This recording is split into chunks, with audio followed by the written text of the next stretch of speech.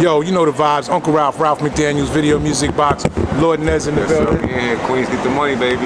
Shout out to Gully TV, man. Gully TV. How you say get your dribble right? Get your dribble right. Get your dribble right? Ah! Yeah.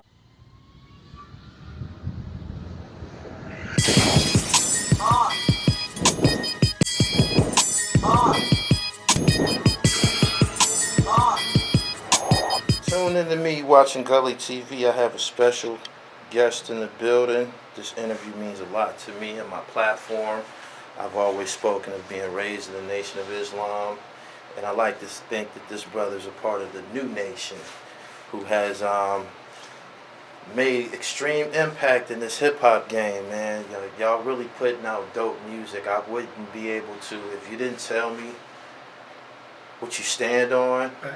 I would just think that you was a conventional MC. Yes, sir. You know what I'm saying? And you are. You know what I mean? But yes, sir. you build, and you know what I'm saying, with true knowledge yourself. So go ahead and introduce yourself, beloved. Salam to the peoples of the planet. This is our born right here, out of Money Earning Mount Vernon, New York. Muhammad's Mosque, number 7, the regional headquarters in New York City.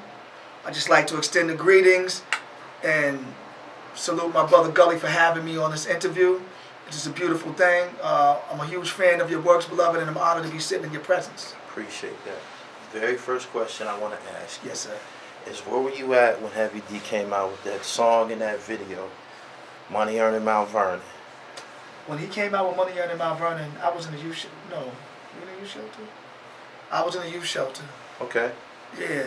I really wanted to be there. Everybody was on 4th Avenue. That's where some of them were shot at Mount Vernon. 4th Avenue is a major spot on the south side where the stores was at that time. Yeah. In Harley Park. But yeah, I was in the youth shelter.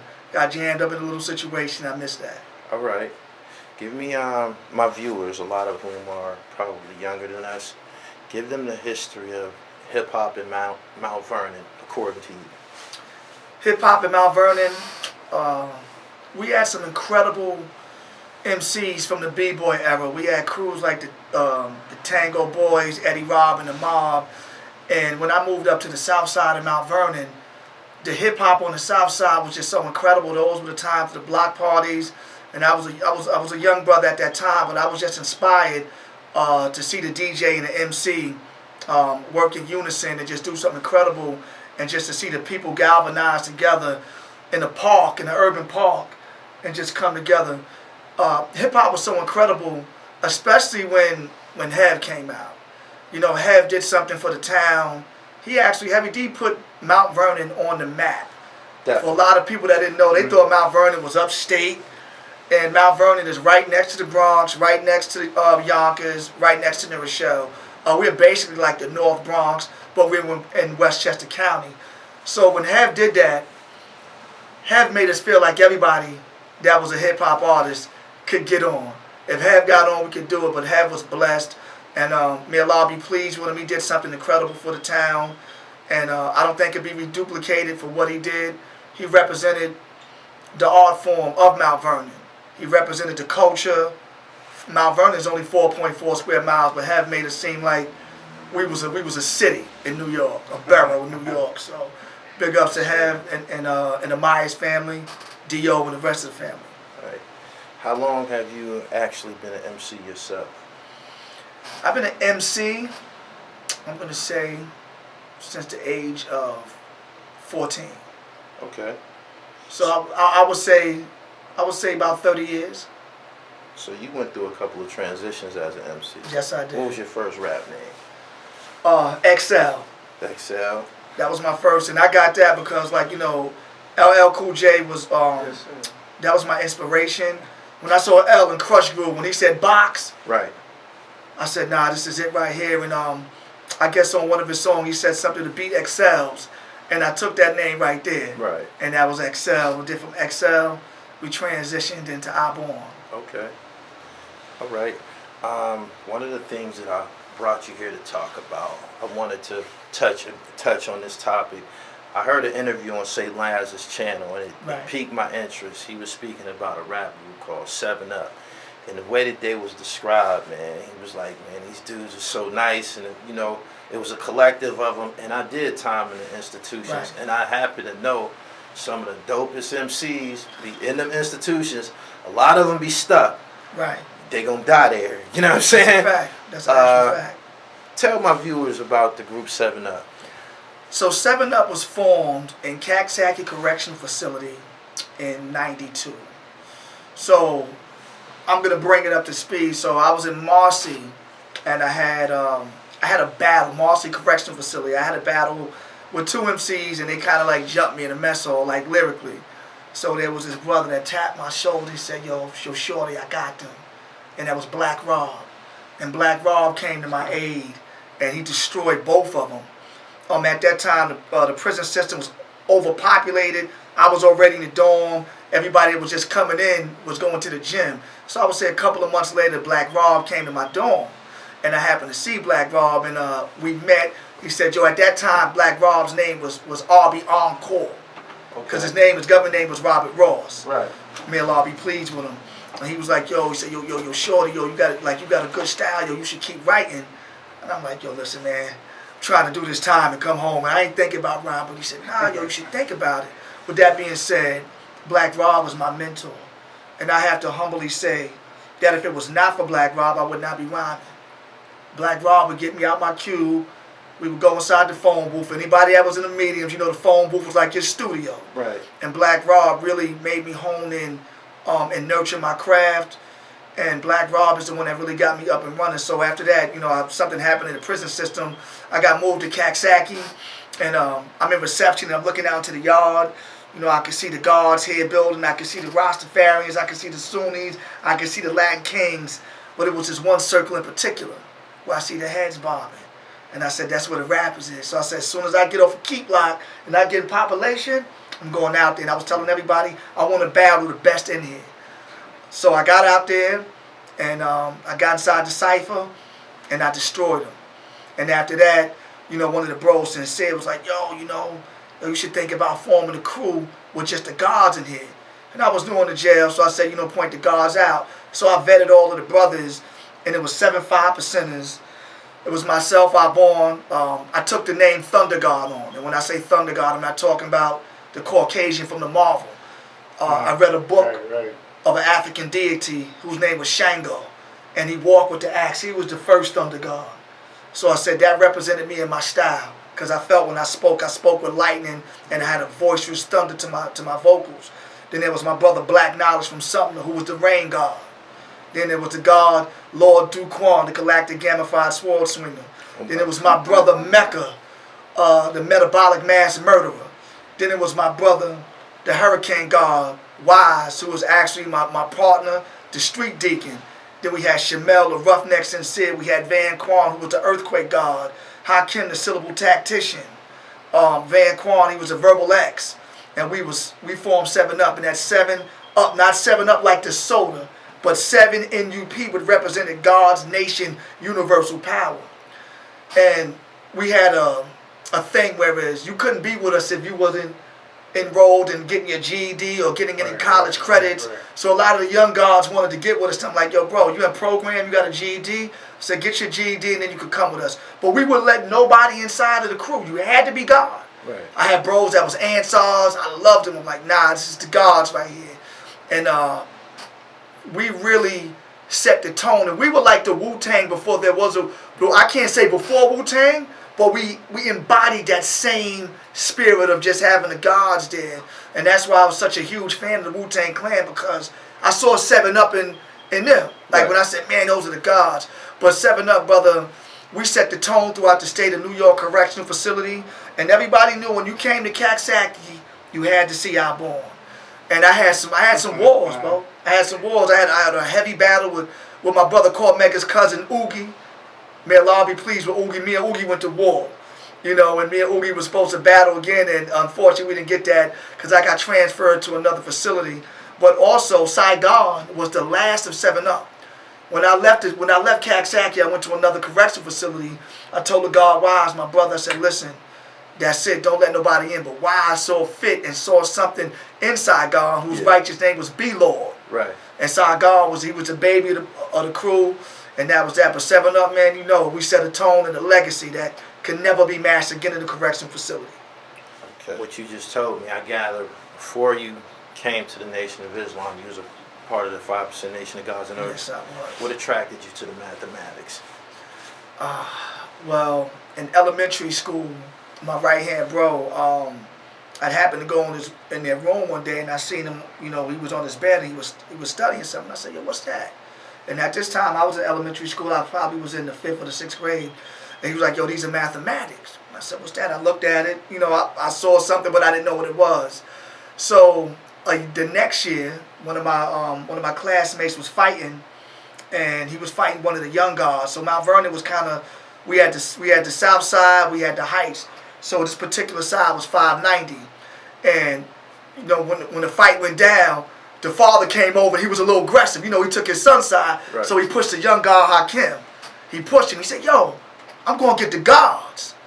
I would say about 20 minutes later, you look coming up the hill, brother.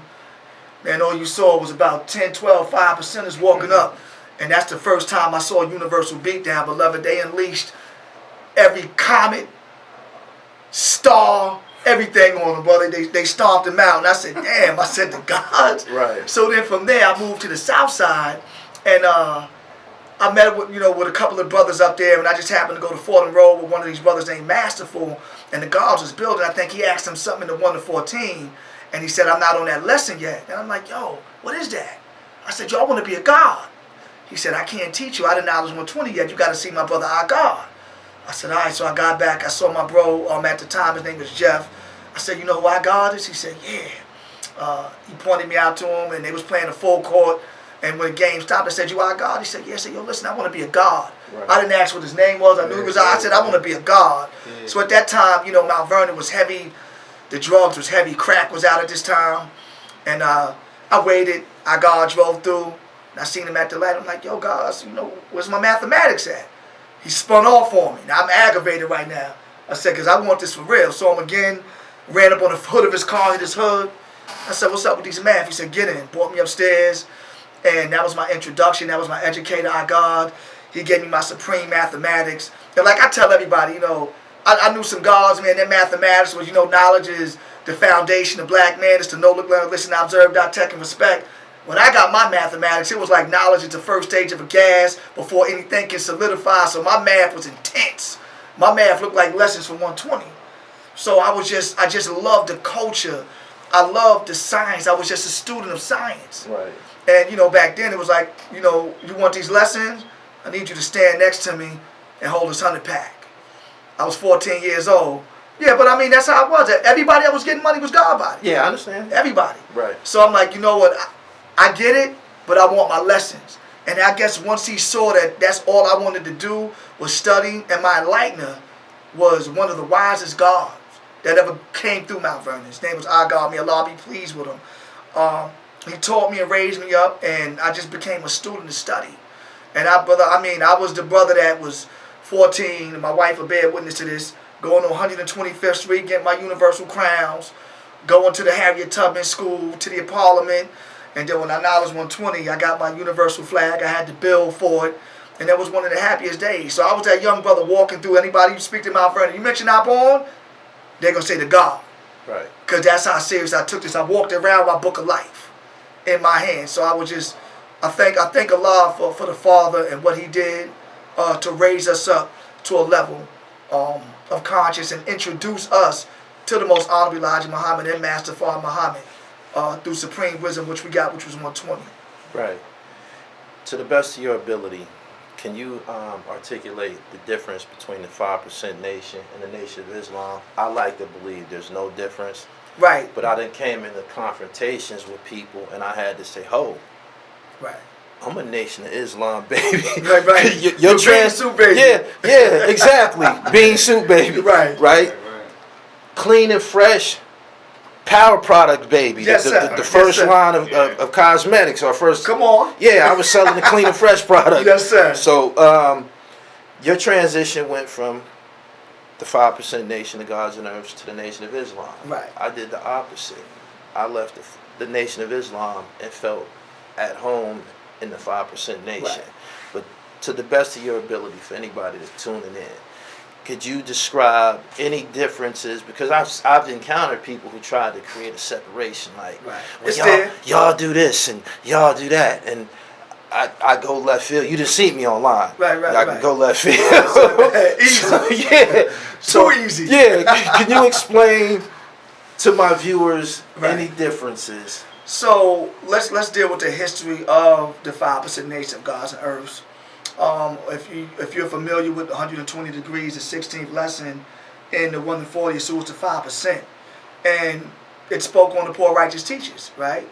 Basically, I'm paraphrasing, Supreme Being, a black man from Asia who teaches freedom, justice, and equality to all human families of the planet Earth, otherwise known as civilized people, Muslim and Muslim sons. That question came from the most honorable Elijah Muhammad, who was the first of the begotten dead, who was taught by the Mahdi, who we know to be the sovereign of the universe, Master Father Muhammad, to whom all holy praises is due. We know and understand that the most honorable Elijah Muhammad was with God in person for 3 years and almost 6 months. And as he taught him, he asked him questions. And this is where we get 120 from. This is where you get your student enrollment from, which we call the Supreme Book. So we know and understand that the father, Clarence 13th Act, was in the mosque. Okay. And Clarence, the father was like, yo, the black man is God, as was taught to me. I wasn't there. He told Brother Malcolm, the black man is God. And Brother Malcolm said, you can't keep that here. You can't teach that here. So he took the teachings, sent his sister to get the lessons. They got the lessons, and the first now-born came into existence, and so the 5% Nation started. Before it was a nation of gods and earths, it was blood brothers. Then it was a 5% Nation. The difference, the Nation of Islam and the 5% Nation. So what I can say is, in the 5% Nation, Allah is the Father. 5% Nation looks at Allah, Clarence 13, acts as Allah. In the Nation of Islam, we bear witness that the Mahdi, Master Father Muhammad, is Allah. The wisest of them all, who was the last of the scientists, who they said they could see no end to his wisdom. Right? So I believe we are one and the same. It's just, I'm trying to get the wording right. My transition from the Nation of Gods is because I needed discipline. I was a loose cannon. And it was something that I heard that the father said that we should all return to the mosque.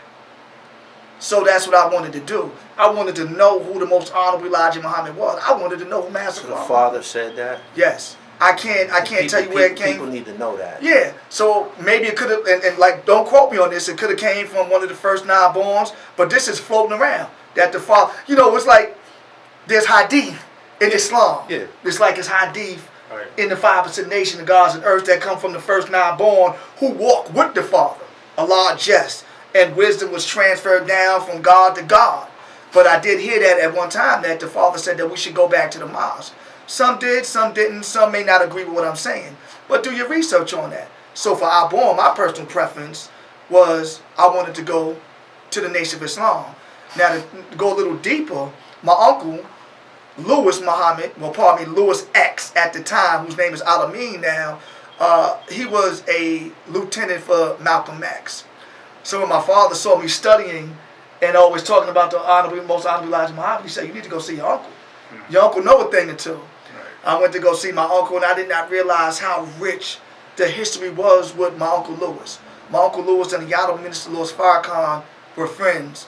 My uncle and my dad painted the Honorable Minister Louis Farrakhan's house. My Uncle Louis actually drove the first bus from New York to Chicago for the N.O.I. and dropped it off there. And I didn't really believe this until I joined the Nation. And my uncle said, I told my dad, I said, we're about to go on the detail and see the minister. He said, well, if you see the minister, he said, you tell him that, me and your uncle, we sitting out love, we paint his house. I said, all right, whatever, Dad. I said, whatever. I ain't believe that. So we go out into Boston, and long story short, when it was over, I was with my brother Khalil, and the minister was walking with the E-team. For those that don't know, that's the attraction team. Those are the brothers that are the elite of the elite that protect the minister and make sure the minister's good. The brother said, you'll go say something to the Honorable Minister Louis Farrakhan. I said, no, sir.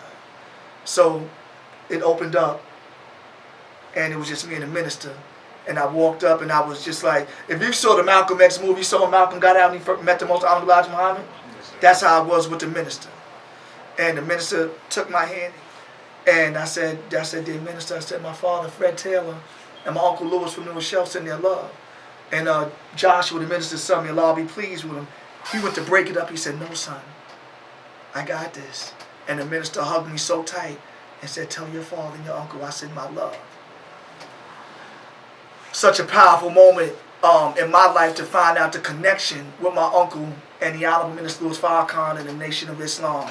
So, just to go back to the question, what you said, it's all on personal preference, but it's things that we do in the Nation of Islam that done the 5% Nation of God's on earth, and we got to be real. Right. Like in the Nation of Islam, we don't drink, we don't smoke weed, we don't smoke cigarettes.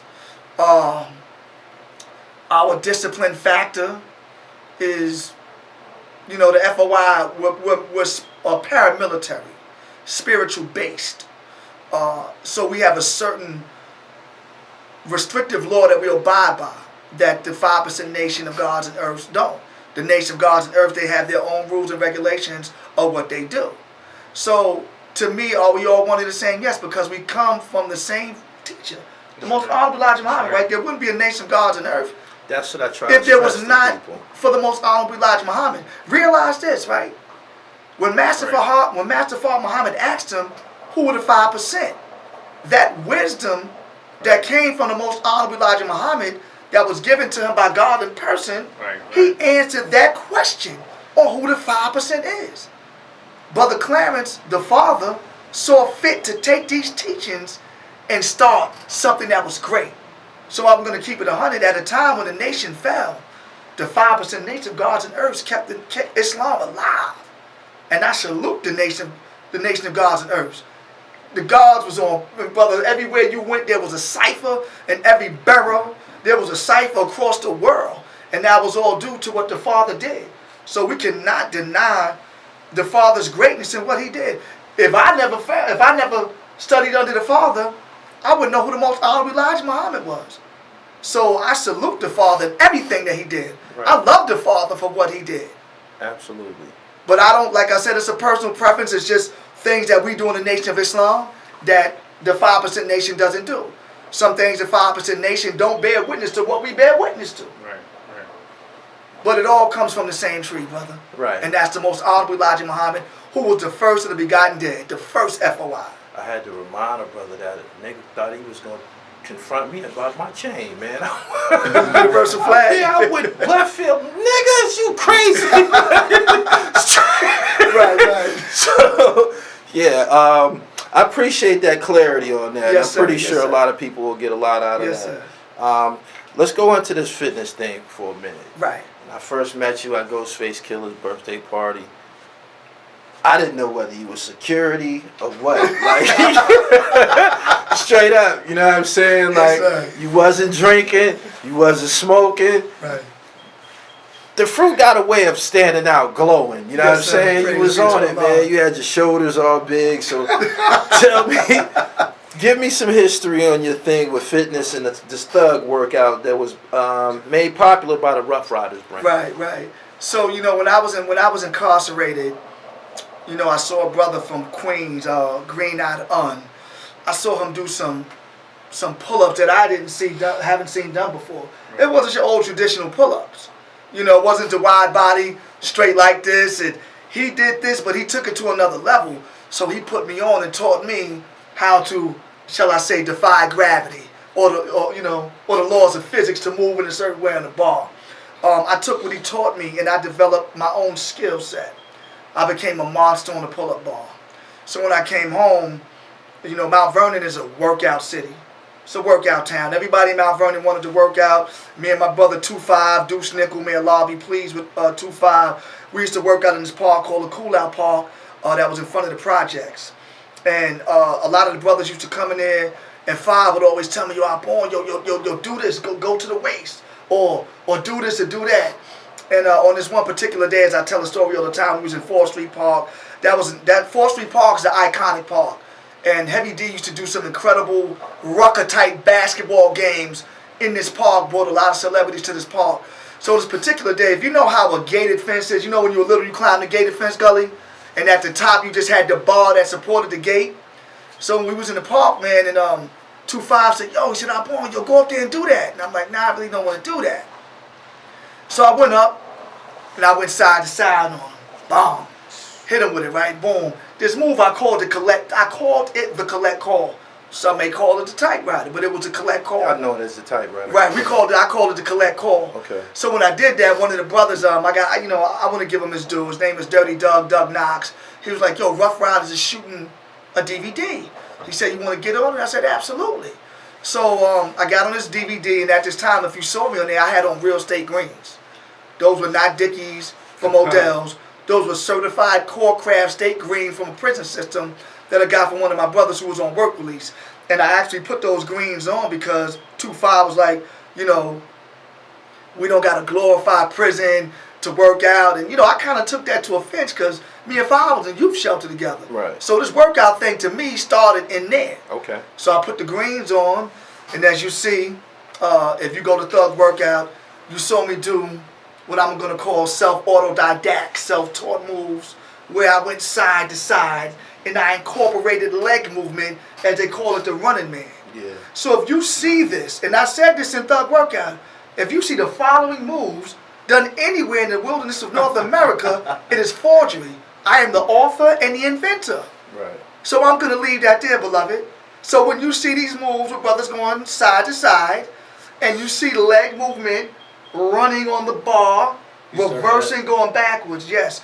And to add on with that, I've been blessed to have my own TV show based on motivation, inspiration, and calisthenics called Bar Genesis. I named it Bar Genesis because we know Genesis in the Bible is the first, right? Right. So I'm the Adam or the Adam of the pull-up culture. I'm not the first to do pull-ups, right, but I'm the first you saw to do creative, explosive calisthenics that gave birth, that would spiraled out. And I wish IG was out back then. Right. I'd be a multi-millionaire. Yeah. Right.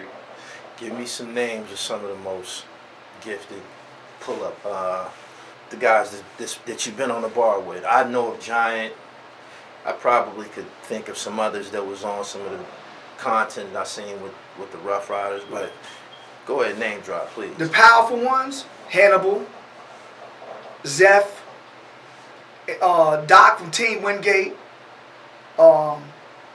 Beast Mode Community, True Beast, Beast himself, my brother Technician, Perfect Mistake, my brother Black Ninja, my brother Transformer.